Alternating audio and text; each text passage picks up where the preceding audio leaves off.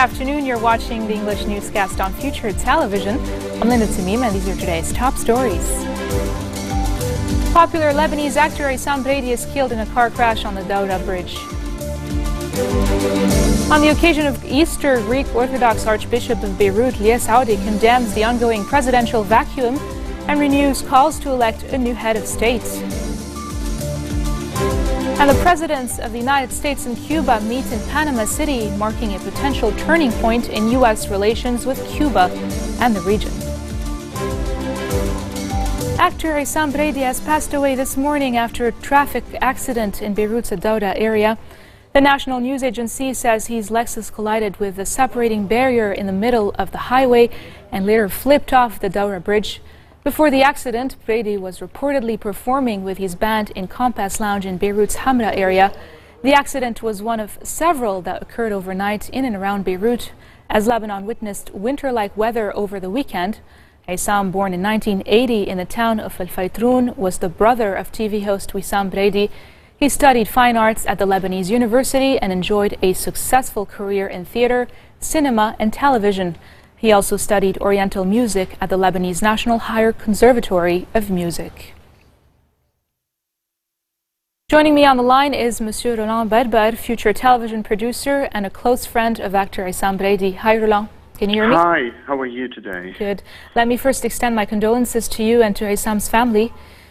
Can you tell us? Yeah, go ahead. No, I believe everyone is still in shock today. I mean, we woke up with this sad story, and many people, I can see it on social networks. They are really active and really saddened, but as well, it's like a wake-up call. It's not just the story, the sad sad death of Issam. It's beyond that. It's like, how long are we going to keep on losing our friends, our family members on these crazy streets in Lebanon? Like, this is, I believe, the essential, the main message today. It is indeed a tragedy. Can you tell us a little bit about Issam's character and his talent? What was so special about him? Issam is like, he's like a talented actor that we know. He's also a great singer, but mainly he's a very nice and gentleman. It's like working with him was always a pleasure for everyone around him.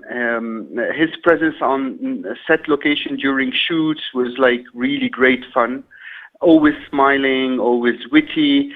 And I believe one of his greatest talents is like to have this Lebanese sense of humor, combining a popular sense of humor with a wit and smartness, and so that made him very close to everyone watching his series or movies. He was really great talent. What were his? Yes, yeah. Continue. No, please. What were his projects? You were mentioning work a little earlier. What was he planning to accomplish in the near future? Actually, we met a couple of weeks ago, and you've worked with him personally? Sorry? You've worked with him personally? Yeah, I worked with him on valet parking sitcom, where his contribution was essential to the success of the series, because it was kind of a new genre in Lebanon. We were trying to introduce a kindly different sort of comedy. Okay. And I met him a couple of weeks ago where I interviewed him as part of behind the scenes of an upcoming series for Ramadan.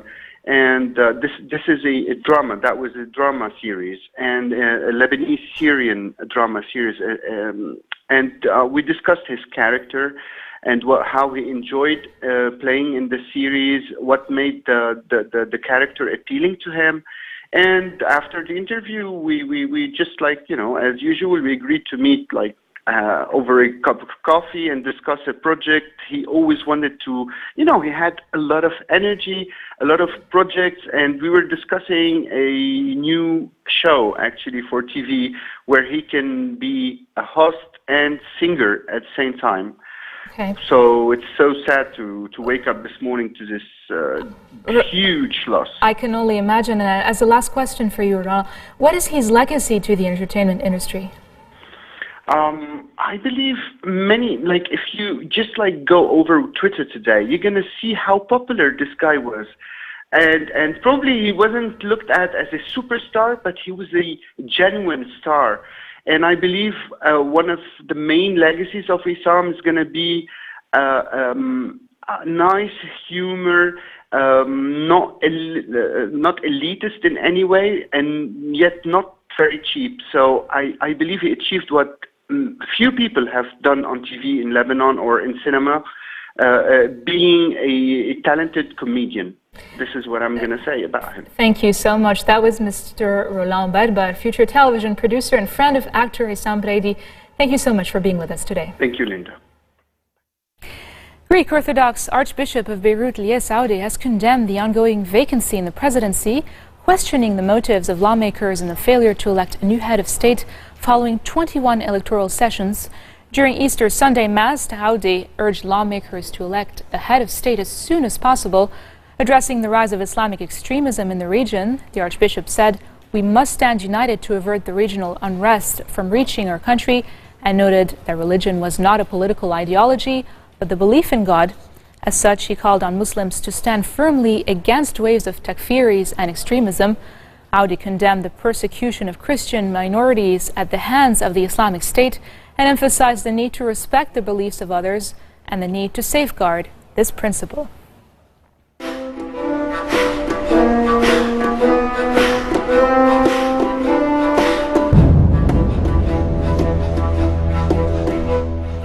Five children and 4 other civilians have been killed in a Syrian regime airstrike which hit a school in the main northern city of Aleppo.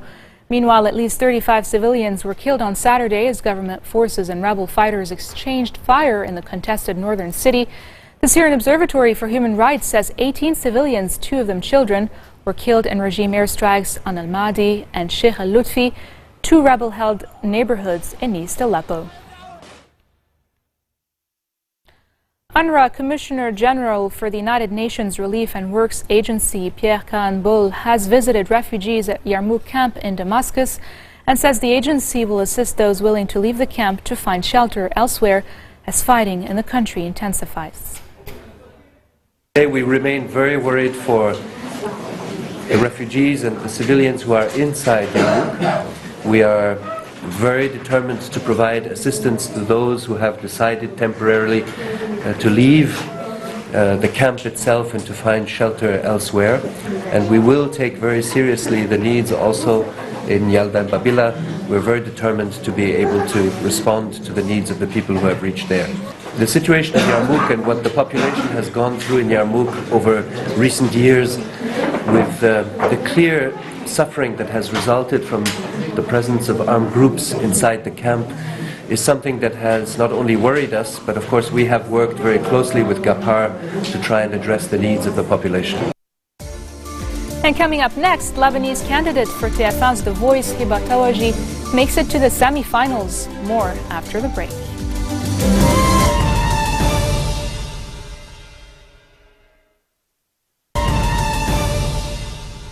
Welcome back. You're watching the newscast in English.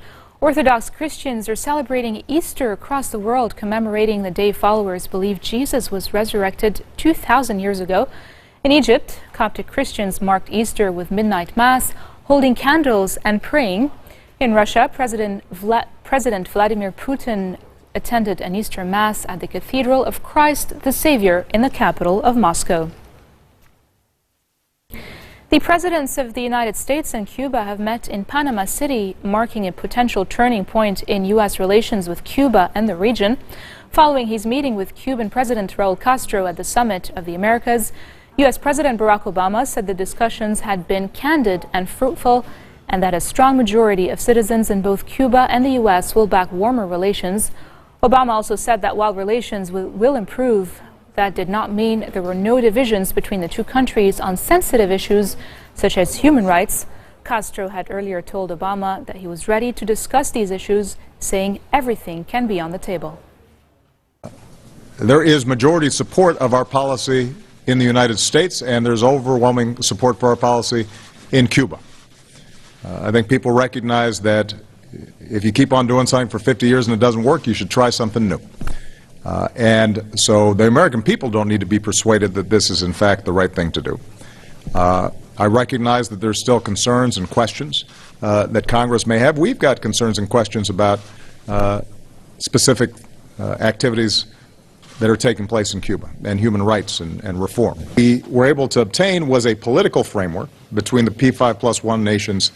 The issue of the state sponsor of terrorism list, as you know, the State Department has provided a recommendation. It's gone through our interagency process. I'll be honest with you, I have been on the road, and I want to make sure that I have a chance to read it, study it, before we announce publicly what the policy outcome is going to be. $1 billion pledge to the Green Climate Fund. The United States will continue to. We are not in the business of regime change. We are in the business of making sure the Cuban people have freedom and the ability to participate and shape their own destiny and their own lives, and supporting civil society. And there's going to be an evolution, regardless of what we do inside of Cuba. Partly it's going to be generational. There's a strong majority, both in the United States and in Cuba, that part of my message here is the Cold War is over. There's still a whole lot of challenges that we face and a lot of issues around the world, and we're still going to have serious issues with Cuba on not just the Cuban government's approach to its own people, but also regional issues and concerns. There are going to be areas where we cooperate as well. Thing that the United States and Iran agreed to, but Cuba is not a threat to the United States. Lebanese candidate for TF1's The Voice, Hiba Tawaji, makes it to the semi-finals after she won the public vote with her last performance. Tawaji sang Amoureuse by Véronique Sanson. Have a listen.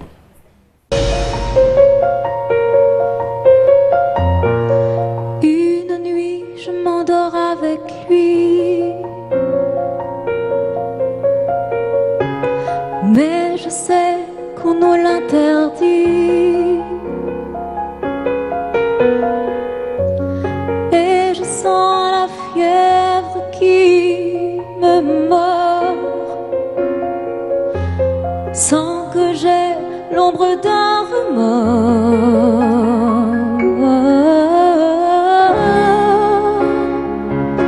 Et je me demande si cet amour aura un lendemain, quand je suis loin de lui,